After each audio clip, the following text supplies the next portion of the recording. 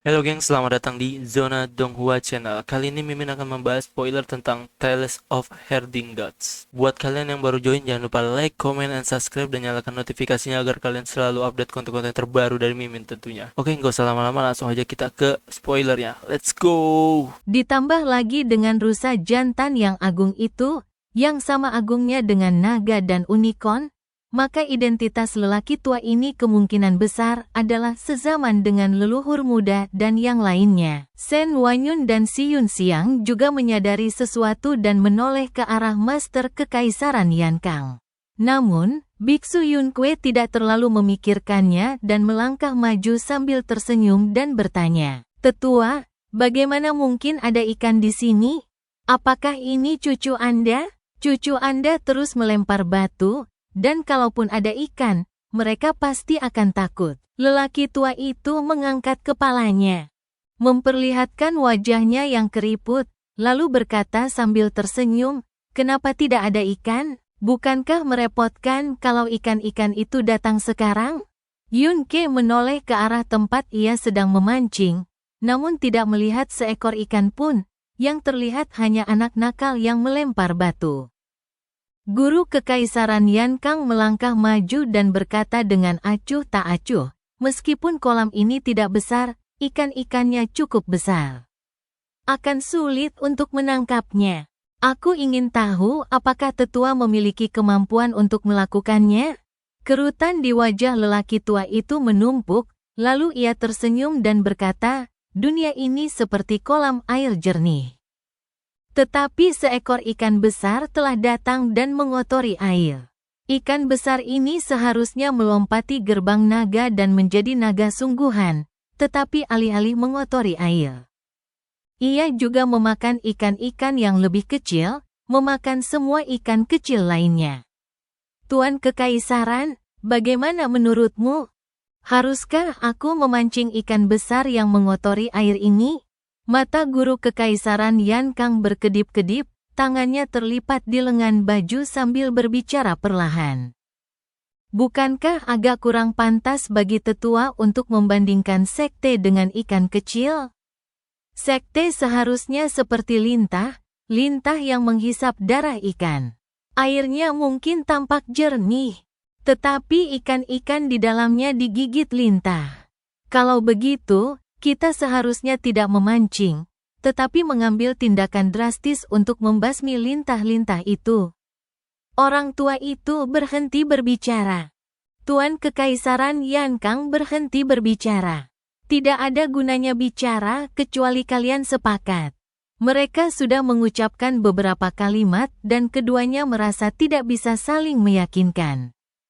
Dan melanjutkan perdebatan hanya membuang-buang waktu.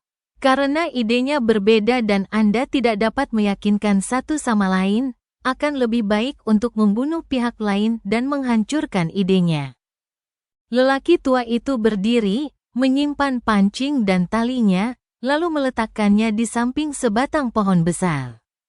Ia melepas topi bambu dan jas hujan jeraminya, melambaikan tangan, memberi isyarat kepada anak nakal di sampingnya untuk mundur, lalu berkata, "Pergilah ke sisi lain gunung."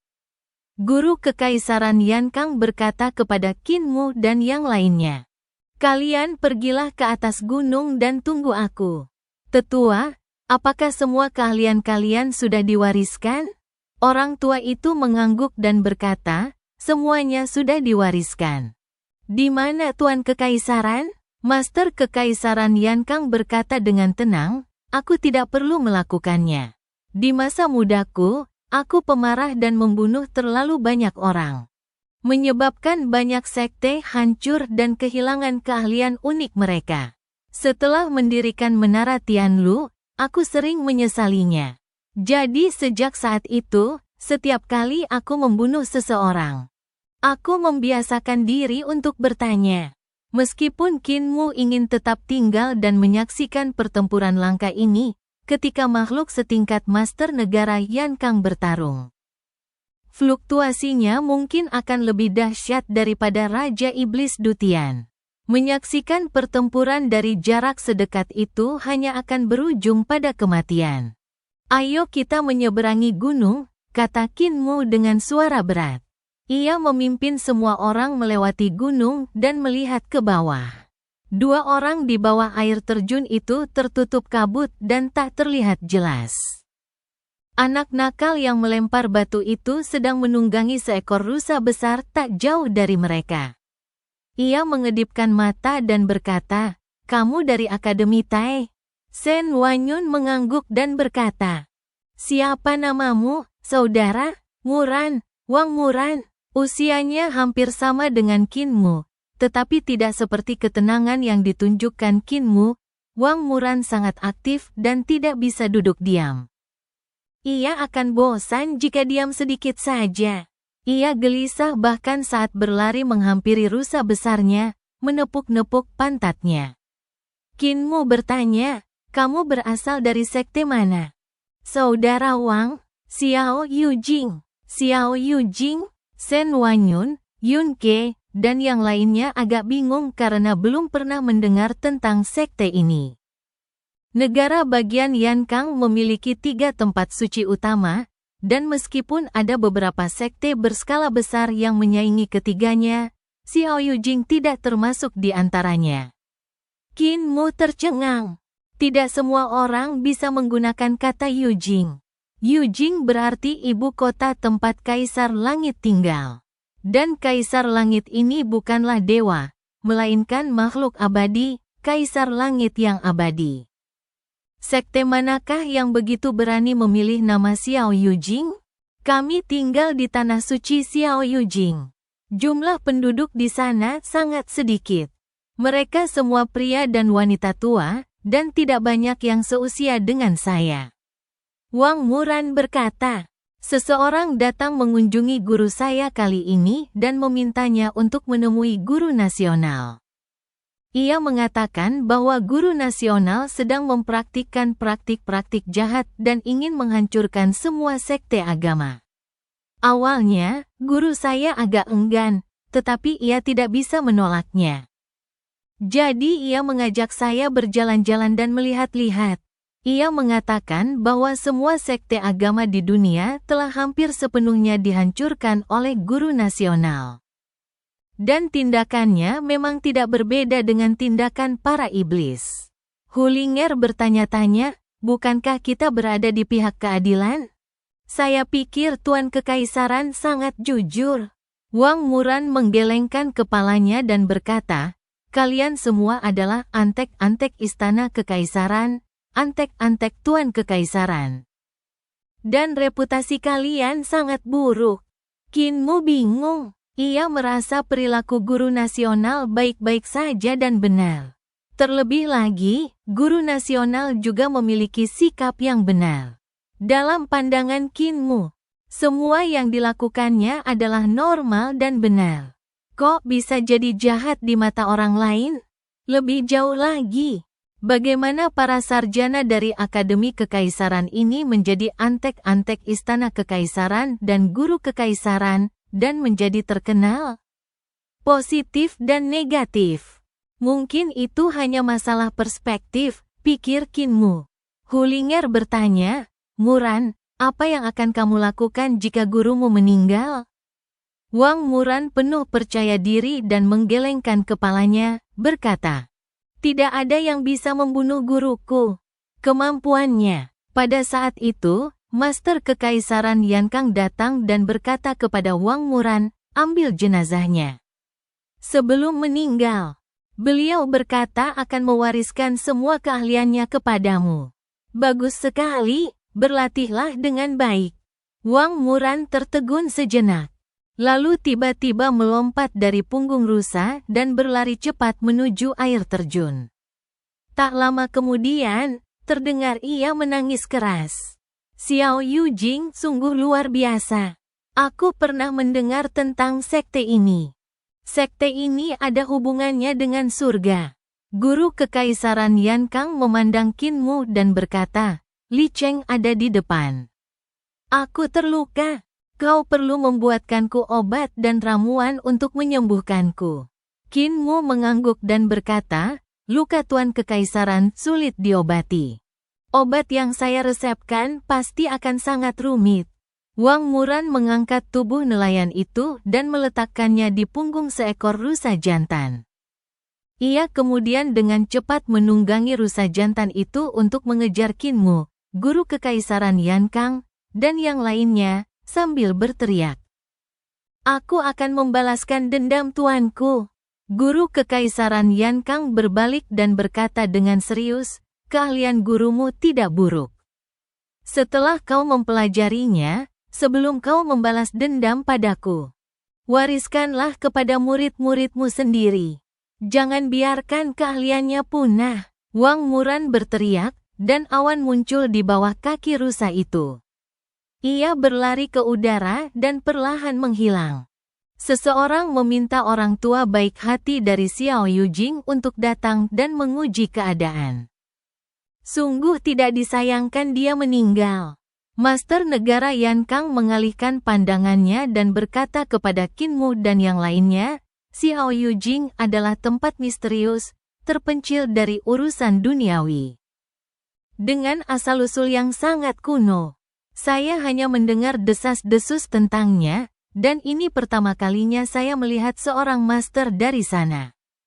Mereka memang memiliki beberapa keterampilan, tetapi mereka tertinggal zaman. Mereka jarang keluar dan melihat perkembangan keterampilan sekte lain. Mereka tinggal di rumah dan bekerja secara terpisah, yang membuat mereka mudah tertinggal. Ingat, kalian tidak bisa menjadi master dengan mengasingkan diri. Qin Mu dan yang lainnya mengangguk setuju, merasa sedikit khawatir.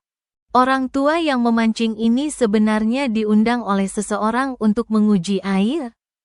Mungkinkah dia ingin menggunakan nyawa orang tua ini untuk menguji seberapa dalam air di kolam guru Yan Kang? Pertempuran telah dimulai. Mata Qin Mu berkilat, dan dia berpikir dalam hati. Tinggalkan kota itu. Tentara negara Yan Kang telah menyerang di sini. Dan pertempuran telah berakhir ketika mereka tiba di sini. Pertempuran seharusnya tidak terlalu sengit. Qin Mu melihat sekeliling dan melihat tembok kota di sini masih utuh. Pasukan Yan Kang langsung maju, menghadapi pemberontak di luar kota, dan langsung memusnahkan pihak lawan. Ada aula Zhenyuan dan gedung urusan militer khusus di Akademi Taixue. Keduanya merupakan tempat untuk mengajarkan formasi dan taktik militer. Jika sekte-sekte di dunia seni bela diri berhadapan langsung dengan pasukan Yan Kang, hasilnya sudah jelas. Pikirnya dalam hati. Li Cheng tidak hancur akibat perang, dan penduduknya relatif sehat. Qin Mu datang ke apotek untuk membeli obat, dan setiap kebun obat di kota itu memiliki berbagai macam obat. Setelah berjalan melewati lebih dari selusin kebun obat, setengah hari telah berlalu. Malam harinya, Qin Mu dan yang lainnya melapor ke kantor pemerintah Kabupaten Licheng. Hakim Kabupaten Licheng ditangkap dan digiring ke pengadilan. Tak lama kemudian, aroma obat tercium dari kantor pemerintah daerah. Sekitar setengah jam kemudian, seorang pembantu keluar membawa baskom dan menuangkan sisa obat ke jalan batu. Setengah jam kemudian, pembantu itu mengeluarkan baskom berisi sisa obat-obatan dan menumpahkannya di jalan agar diinjak-injak orang. Hal ini terjadi berulang-ulang, dan 7 baskom berisi sisa obat terbuang sia-sia dalam satu malam. Setelah fajar, Qin Mu dan yang lainnya beristirahat selama setengah hari sebelum melanjutkan perjalanan ke selatan. Di apotek Licheng, seorang sarjana parubaya berpakaian hijau dengan lapisan putih berdiri di belakang meja, membolak-balik selusin resep. Resep-resep ini mencatat bahan-bahan obat yang diambil Qin Mu dari lebih dari selusin apotek. Tidak, beberapa herbal sama sekali tidak berguna. Dan beberapa tidak bisa menyembuhkan sama sekali. Anak ini sangat cerdik. Sarjana parubaya itu mendongak dan berkata sambil tersenyum. Seperti yang diharapkan dari seorang dokter muda ternama di ibu kota, kau tak ingin aku tahu seberapa parah luka master kekaisaran dari obatmu. Kau benar-benar licik. Tapi kau juga meremehkanku. Master Tao Dao Kuan. Tuan, truknya sudah sampai. Beberapa apoteker muda masuk dari luar, masing-masing memegang baskom obat berisi sisa obat. Master Tao Dao Kuan memeriksa mereka satu persatu. Mencibir tanpa henti. Setelah beberapa saat, ia berpikir, dokter muda jenius ini memang cerdik. Ia sengaja mencampurkan beberapa residu obat lain agar aku tidak melihat seberapa jauh ia telah mengobati Master Kekaisaran. Tapi kalian masih terlalu naif untuk mempermainkanku seperti itu. Murid-murid, ambilkan obatnya. Ia menyebutkan nama-nama obat satu persatu, dan beberapa apoteker muda segera mengeluarkan berbagai ramuan. Master Tao Dao Kuan merenung sejenak, mengklasifikasikan ramuan-ramuan tersebut, dan menukarnya beberapa kali. Setelah yakin tidak ada yang salah, ia memerintahkan murid-muridnya untuk mulai meracik obat. Beberapa jam kemudian, Master Tao Dao Kuan mengamati ramuan yang telah dimurnikannya. Jenis pertama adalah sup obat, yang sangat kuat. Jenis kedua adalah salep, yang digunakan untuk pemakaian luar guna menghilangkan racun. Jenis ketiga adalah pil ajaib seukuran ujung jari kelingking. Warnanya putih keperakan dan tampak seperti berduri. Jika jari Anda disentuh sedikit, Anda akan tertusuk oleh energi keemasan yang berasal dari pil ajaib tersebut. Obat keempat adalah aliran udara berwarna putih susu dalam tungku sedimentasi. Obat kelima adalah secangkir kecil cairan merah tua yang menguap sangat cepat. Dan obat keenam dan ketujuh adalah ramuan, tetapi khasiat obatnya berbeda. Setelah Dao Kuan memeriksa ketujuh obat tersebut, raut wajahnya sedikit berubah saat ia memuji, dokter muda ini sungguh luar biasa. Ia sungguh luar biasa. Dengan metodenya, Master Kekaisaran Yan Kang akan sembuh total dari cedera apapun yang dideritanya hanya dalam 20 hari atau paling lama 6 bulan. Dia membawa 7 jenis obat, melompat ke udara, dan berubah menjadi aliran cahaya dan menghilang. Garis cahaya ini terbang menuju Xinjiang Selatan selama setengah hari, menempuh jarak 2 hingga 3.000 mil. Dan mendarat di kota Dali di Xinjiang Selatan. Kota Dali adalah kota terbesar di Xinjiang Selatan. Dahulu, kota ini juga merupakan sebuah negara yang menganut agama Buddha. Terdapat 3.600 kuil dengan berbagai ukuran di negara ini. Kota ini dikenal sebagai surga barat kecil di selatan. Kemudian, kota ini dianeksasi oleh Yan Kang. Master Tao Dao Kuan mendarat di depan kuil Luoguang, kuil termegah di kota itu, dan melangkah cepat memasuki kuil. Lebih dari selusin pemimpin di kuil itu berdiri satu demi satu. Guru Dao Kuan telah tiba. Seorang pria bertopeng perunggu masuk lebih dulu dan berkata sambil tersenyum. Master Dao Kuan pasti membawa kabar baik kali ini. Bagus. Master Tao Dao Kuan mengeluarkan 7 herba dan menatanya berjajar, sambil berkata, kali ini Master Kekaisaran Yan Kang bertarung melawan Zhen Sanren dari Xiao Yujing. Meskipun ia membunuh Zhen Sanren, ia pasti terluka. Ia membawa serta tabib kecil ilahi dalam perjalanan ini. Jadi saya yakin herba yang digunakan tabib kecil ilahi akan mengungkapkan seberapa parah luka Master Kekaisaran Yan Kang. 7 herba ini adalah ramuan yang disiapkan tabib kecil ilahi untuknya tadi malam. Silakan lihat. Ma Lianshan, Kanselir Agung Sekretariat Agung, terkejut dan berkata, Guru Dao Kuan selalu menjadi orang yang sangat arogan, percaya bahwa saya adalah yang terbaik di dunia dalam hal pengobatan, dan bahkan Raja Racun Kecil pun tak dapat menandingi saya. Jadi mengapa beliau menyebut seorang anak muda sebagai dokter ajaib hari ini? Master Tao Dao Kuan berkata dengan sungguh-sungguh, Dulu aku sangat mengagumi diriku sendiri karena tak ada orang lain yang bisa menandingiku di bidang farmakologi. Mereka hanyalah dukun yang tahu beberapa formula ramuan. Bahkan Raja Racun kecil hanya mewarisi kemampuan Raja Racun berwajah giok dan tidak banyak berpengaruh. Lagi pula, aku membencinya sebagai pribadi, dia bahkan mengkhianati guruku.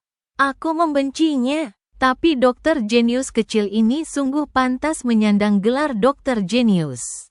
Ia menunjuk obat pertama dan berkata, "Ini ramuan yang dibuat oleh dokter jenius muda itu menggunakan lusinan herbal, setengahnya sangat beracun. Ramuan ini dapat merangsang vitalitas jiwa dan menyembuhkan luka-lukanya." "Apakah jiwa Tuan Kekaisaran Yankang terluka?" Seorang lelaki tua terengah-engah dan berkata, "Dia memang terluka. Aku menggunakan 36 bintang surgawi yang murni untuk melukai jiwanya. Tetapi dia juga melukaiku." Master Tao Dao Kuan berkata, "Ramuan ini untuk mengobati luka jiwanya, dan sangat cocok untuk kondisinya." Obat kedua adalah salep. Apakah Master Kekaisaran Yankang memiliki luka luar, dan apakah beliau membawa racun api? Seorang wanita tua lain menyeringai dan berkata, "Kau benar, teknik bela diri saya mengandung racun api. Ketika saya menyerang Tuan Kekaisaran Yankang hari itu, saya berhasil mengenainya dengan satu serangan, meninggalkan bekas di punggungnya. Salep dokter kecil dapat menghilangkan racun api." Pendeta Tao Dao Kuan menunjuk ramuan ketiga dan berkata, "Ramuan ini mengandung energi emas dan sangat tajam. Pasti guru Kekaisaran Yankang diracuni oleh racun gu atau racun kayu. Siapa yang melukai guru Kekaisaran Yankang hari itu dan menggunakan racun kayu atau racun gu?" Seorang lelaki tua lainnya terkekeh dan berkata, "Ketika kami bertiga menyergap guru Kekaisaran Yankang, aku menggunakan racun. Itu saja." Master Tao Dao Kuan melanjutkan, "Obat keempat adalah dikukus. Master Kekaisaran Yankang terluka di 7 harta sucinya, dan khasiat obatnya sulit ditembus. Maka, tabib muda ini mengubah kekuatan obat menjadi aliran udara dan menempatkan Master Kekaisaran Yankang di atas pengukus untuk mengukusnya." Semua pemimpin di kuil Luo Guang tertawa. Mengapa mereka tidak mengukus orang ini? Selain itu, masih ada beberapa penyakit tersembunyi yang belum disembuhkan, jadi dokter muda ini menggunakan akupuntur. Jarumnya berongga dan mengandung ramuan kelima ini. Ramuan ini menguap dengan cepat, dan begitu masuk ke tubuhnya, ia meresap ke rambut dan kulitnya. Pendeta Tao Dao Kuan menunjuk ramuan keenam dan berkata, "Ramuan ini digunakan sebagai bahan pemadat yang memperkuat efek pengobatan ini." Ramuan ketujuh adalah tonik yang digunakan untuk menyehatkan tubuh Tuan Kekaisaran Yankang. Setelah pengujian ini, kini dipastikan bahwa luka-luka Tuan Kekaisaran Yankang belum sembuh. Ia berseru kagum, "Beri saja dokter jenius muda ini waktu sebulan, dan Tuan Kekaisaran Yankang akan berada dalam kondisi prima. Luka-lukanya akan sembuh, dan bahkan tak sedikit pun penyakit tersembunyinya akan tersisa." Kepala Istana Li Qing sedikit mengernyit dan berkata lembut, "Semuanya. Luka guru Kekaisaran Yankang tampaknya lebih serius dari yang kita duga." Pria bertopeng perunggu itu tersenyum dan berkata, "Itu karena dia bertemu Zhen Sanren dari Xiao Yujing. Aku kenal Zhen Sanren sejak kecil dan interaksi kami cukup sering. Tetapi setelah dia pergi ke Xiao Yujing, interaksi kami menjadi lebih jarang. Zhen Sanren juga berada di puncak alam jembatan ilahi, tidak jauh di belakang Master Nasional Yankang." Master Tao Dao Kuan berkata, "Zhen Sanren dari Xiao Yujing telah meninggal. Master Kekaisaran Yankang telah membunuhnya. Ketika saya meninggalkan kota, saya merasakan fluktuasi pertempuran dahsyat yang datang dari pegunungan. Tatapan kepala istana Li Qing tertuju pada pria bertopeng perunggu itu, seolah ingin melihat wajah di balik topeng itu. Yang mulia, Anda memanfaatkan persahabatan kita sejak awal untuk memaksa Zhen Sanren meninggalkan gunung dan mati. Rencana Anda sungguh licik, dan sejak kita bertemu, Anda selalu memakai topeng. Tak berani menunjukkan wajah asli Anda. Anda mengkhianati teman Anda, dan penyembunyian identitas asli Anda sangat mengkhawatirkan saya. Jika saya dikhianati oleh Anda, saya khawatir saya bahkan tidak akan tahu siapa yang mengkhianati saya. Tuan Istana Qiyu, Anda tenang saja.